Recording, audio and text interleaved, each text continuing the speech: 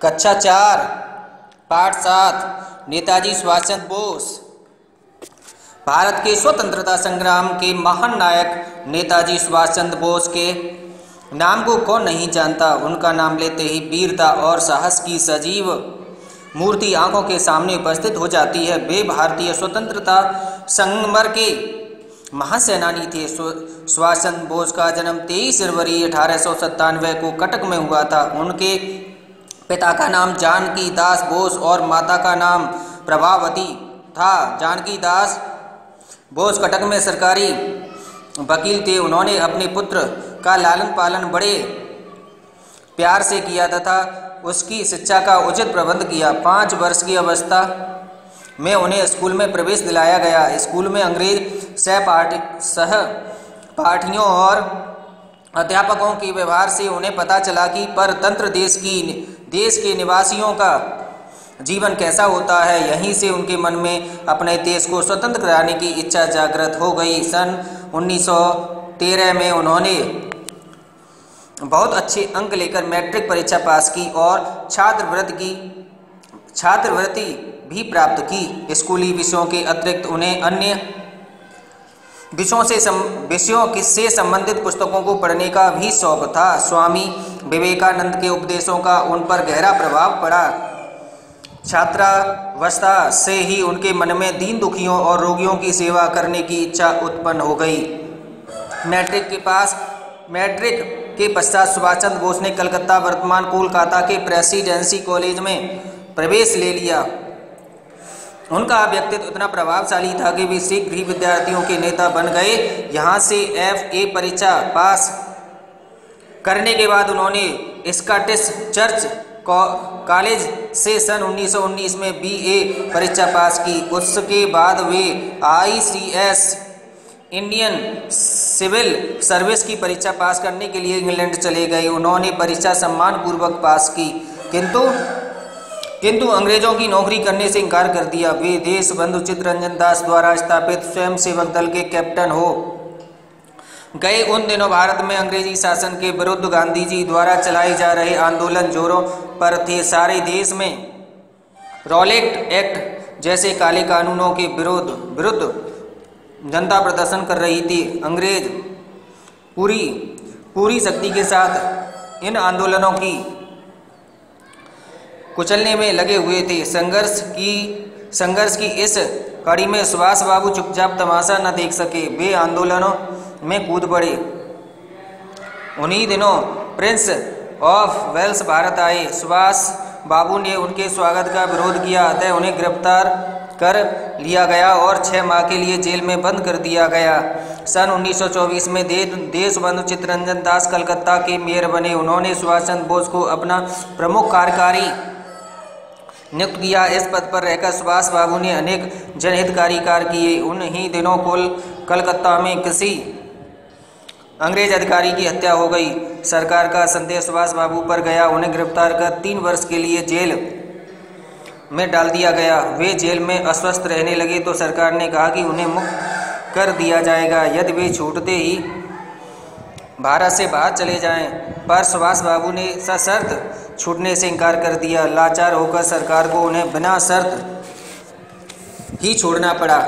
जिस समय वे जेल में थे तभी उन्हें बंगाल प्रांत की धारा सभा का सदस्य चुन लिया गया। जेल से छूटते ही वे स्वतंत्र संघर्ष में कूद पड़े। सन 1929 में लाहौर में कांग्रेस का अधिवेशन हुआ जिसमें पूर्ण स्वाधीनता की मांग की गई। इस मांग के बाद गांधी जी ने नमक सत्याग्रह चलाया। सुभाष बाबू के नेतृत्व में पूरा बंगाल इस आंदोलन में कूद पड़ा। सुभाष बाबू को फिर गिरफ्तार कर जेल में डाल दिया गया। तभी गांधी इरविन के बीच समझौता हो गया। इसके परिणाम स्वरूप सुभाष बाबू को रिहा कर दिया गया।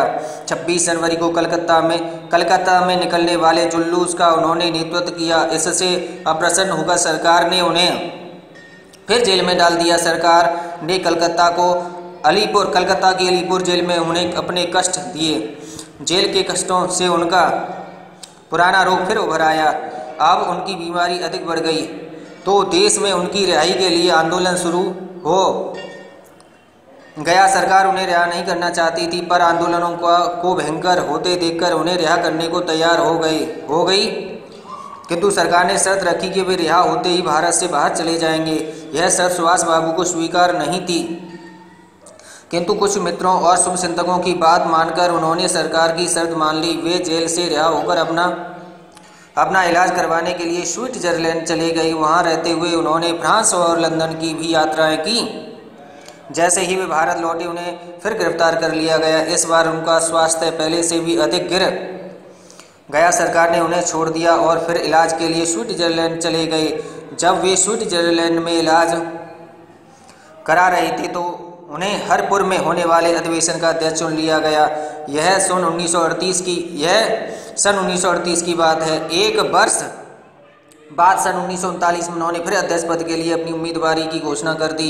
इस बार अधिवेशन त्रिपुरा में हुआ, जिसमें सुभाष चंद्र बोस ने गांधी जी के घोषित उम्मीदवार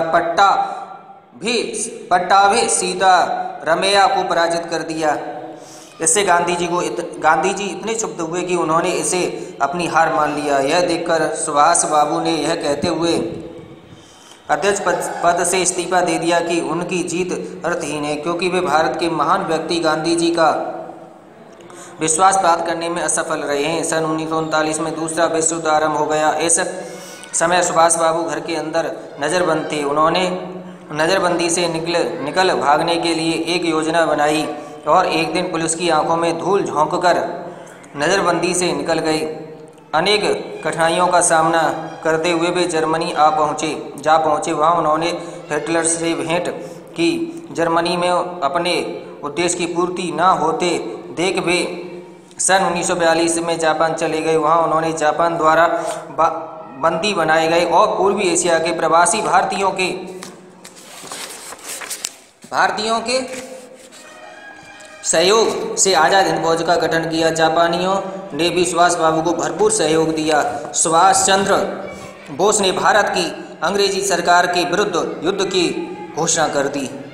आज़ाद हिंद फौज के सैनिकों और अपने देशवासियों को संबोधित करते हुए नेताजी सुभाष चंद्र बोस ने कहा, स्वतंत्रता प्राप्ति के लिए बलिदान आवश्यक है। निश्चय कर लो, अब हमें गुलाम नहीं रहना। तैयार हो जाओ देश के लिए अपना खून बहाने को। तुम मुझे खून दो, मैं तुम्हें आज़ादी दूंगा। दिल्ली अब दूर नहीं है। जय हिंद। 6 जुलाई 1944 को सुभाष चंद्र बोस ने गांधी जी के प्रति अपनी अगाध श्रद्धा दिखाते हुए उनसे इम्फाल पर कब्जा करने के अभियान के लिए अनुमति मांगी। रंगून से आज़ाद हिंद रेडियो के प्रसारण में उन्होंने कहा, राष्ट्रपिता, भारत की आज़ादी की अंतिम लड़ाई शुरू हो गई है। इस धर्म युद्ध में हमें आशीष और शुभकामनाएं दें। स्वतंत्रता के दीवाने वीर सैनिकों ने इम्फाल और मणिपुर के मोर्चे पर बड़ी बहादुरी से युद्ध किया, किंतु कुछ कारणों से आज़ाद हिंद फौज अपना लक्ष्य प्राप्त नहीं कर सकी। कहते हैं 12 अगस्त 1945 को टोक्यो जाते हुए नेताजी सुभाष चंद्र बोस का विमान दुर्घटनाग्रस्त हो गया और वे स्वर्ग से धार गए। जापान रेडियो से इस दुखद समाचार को सुनते सभी भारतवासी शोक में डूब गए। सुभाष चंद्र बोस अपने अभियान में तो सफल नहीं हो सके, पर उन्होंने आज़ादी की लड़ाई की मशाल प्रत्येक भारतवासी के हृदय में धधका दी। उन्होंने अंग्रेजों को यह सोचने पर मजबूर कर दिया कि अब उनका भारत में टिके रहना संभव नहीं है। सुभाष चंद्र बोस आज हमारे बीच नहीं है, किंतु उनका महान व्यक्तित्व हमें सदैव प्रेरणा देता रहेगा।